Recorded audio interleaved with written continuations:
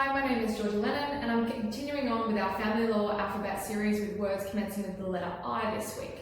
The two words we're going to focus on are injunctions and interim hearings. So injunctions are commonplace in lots of different matters. They're not unique to just family law matters. A common one that you might often hear is an AVO, for example. That's actually in the criminal jurisdiction.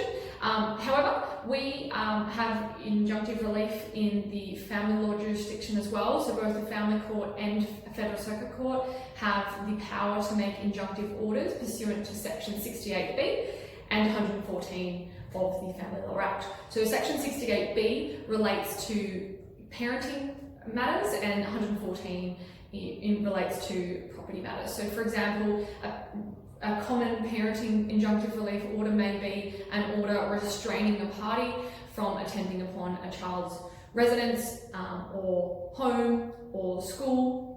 Or it can also protect and extend so far as to protect individuals that relate to that child and have an order made for them in these proceedings. So for example, if there was a grandparent and there was an order made in relation to that grandparent caring for a child, for instance, an order could be made in protection of that particular grandparent. So for example, party A cannot approach that grandparent at certain times or something like that. So there's lots of different ways that can be structured, and often you will have to suit that to your case. 114 relates to property, so these kind of orders can relate to like physical property of the relationship, but can also just relate to the parties of that relationship if there's a property dispute. So for example, a common order might be that a party is restrained by way of injunction from drawing down a mortgage. That relates to your physical property. Another order may be that they're restrained from damaging property in any way.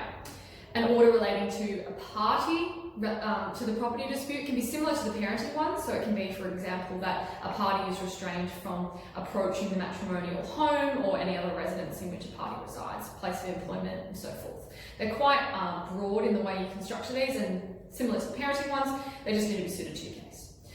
The second word we're going to talk about is interim hearings. I touched upon this last week. Interim hearings are a type of court listing. Unlike a final hearing, which, as I said last week, is the trial that everyone thinks about when they think of court, an interim hearing is what may happen much earlier in your proceedings and throughout. You can have multiple interim hearings on multiple interim issues. So interim issues are basically those that need to be dealt with now and can't wait till the final hearing.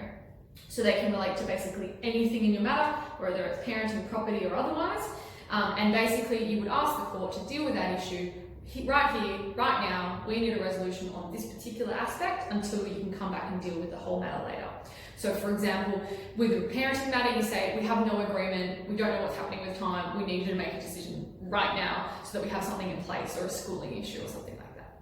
So interim hearings are very, very common. If you go to court, yeah, there's probably a high chance you'd be involved in one of those if you're in a non-amicable relationship and something needs to be determined, and they're conducted on the papers. So I said this last week, and basically what that means is that instead of you sitting up in the witness box and vice versa and having that cross-examination and giving evidence on the stand, that doesn't happen.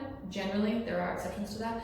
That doesn't happen, and instead it is conducted literally on the documents that you file. So that'll be your affidavit, responses, applications and so forth, in addition to any subpoena evidence or tendered documents.